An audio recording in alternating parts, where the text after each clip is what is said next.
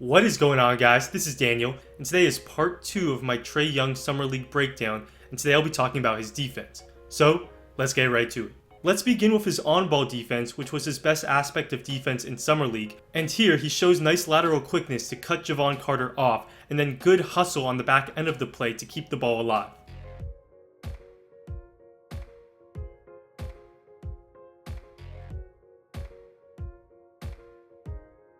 He did an adequate job of staying in front of guys, and he has the quickness to hang at the next level. And also, he has good hands, and we see this here as he's able to pick Derek White and go in for a layup. This was a nice play. He fights through the dribble handoff and then on the drive stays in front of Kobe Simmons and then strips him at the end, showing good instincts and effort. Now, he is only 6'2" and currently lacks a certain amount of strength, so he was able to be taken advantage of at times because of that. And here in transition, you see he's matched up one-on-one, and a guard is able to pretty much lower his shoulder, shed Trae, and score through him. On this play, a bigger point guard scores against him, so at first Trae does a nice job of fighting through the screen, but at this point, Ntilikina is able to use his size to gain an advantage against Trae, and he scores. And on the replay, you'll see reaching in actually backfires for Trae here as he gives up the and one. Let's move on to his point of attack pick and roll defense, which I thought was encouraging as he showed solid effort and good understanding of things. First off, nice job here of denying the pass on top, showing good effort. And then later on the play, he fights through the screen reasonably well and the Spurs turn it over.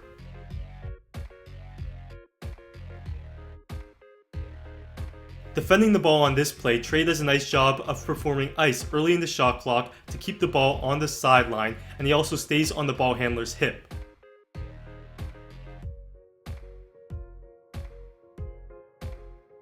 All this being said, it wasn't like he was some kind of difference maker on the ball, and he made his fair share of mistakes. Here he gets beat away from the screen, giving up the drive toward the middle. As he gains experience, he'll navigate picks better. Here, for example, on this screen, Mitchell Robinson doesn't actually set the pick, but Trae anticipates the screen. This allows the ball handler to get a straight line drive toward the rim, even though there was no contact on the screen, and that gave the offense an advantage.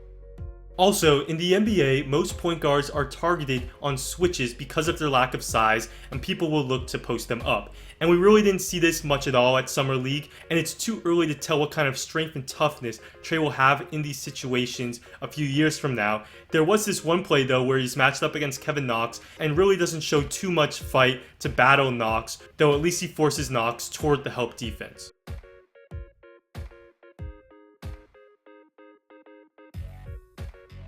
Moving on to his off-ball defense, which was pretty horrible, so it's definitely worth talking about. And one of his problems was that he gambled a lot. Here, for example, off a strong side shooter, he gambles for a steal and gives up an open three when he doesn't get it.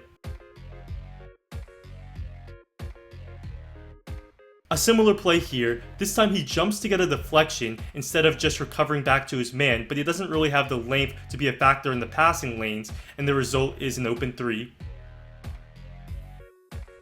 At this stage of his career, off the ball, he's a risk taker, which generally doesn't work out for most players at this level. And on this play, you see he'll gamble for a steal from behind. Not a terrible idea, but he probably should have looked to match up in transition and gone to the open shooter.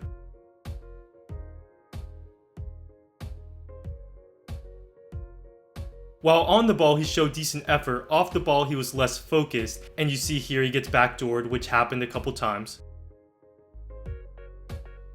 Similar instance on this play. Here on the weak side, he doesn't really put any kind of effort in to tagging the roll man, and it gives up an easy pass to the roller.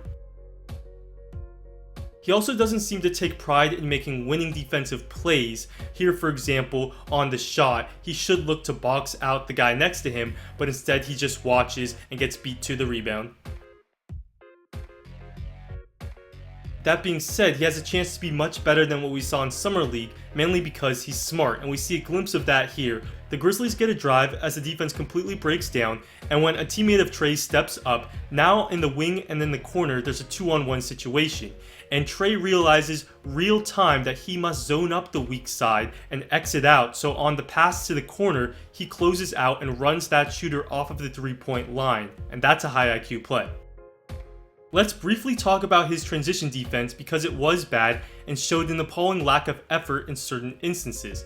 For example, on this play, he's in position to run back ahead of the big man, but you see he sort of jogs back. The big man is able to beat him up the floor, and the effect is now Amari Spellman has to stay in the paint and watch the big man, and he's unable to rotate out to the shooter to contest the shot, which could have happened if Trae ran harder down the floor.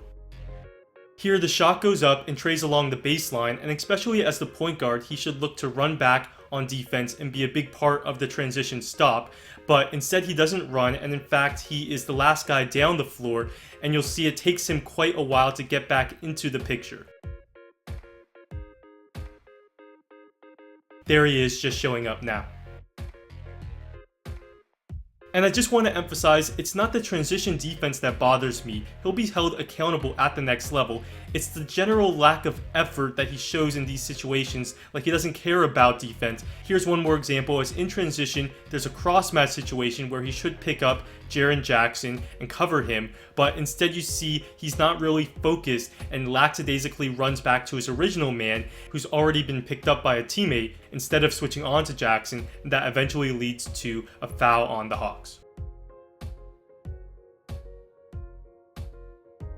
Well, there you have it, guys. The bottom line is he's a talented offensive player who will most likely be a good offensive pro, though in my opinion he projects as a defensive liability. He showed a lack of effort in Summer League, and that was a continuation of his lack of effort at Oklahoma. The questions going forward is he truly an elite shooter or merely a really good one whose percentage really isn't that great because of his wild shot selection, and then of course, can he be a competent defender? My overall opinion of Trae is he's definitely a lottery prospect, though I would probably take Mo Bamba, Wendell Carter, and maybe a couple others ahead of Trae who got picked after Trae, though again, Trae has a chance to be a really good pro with a high ceiling.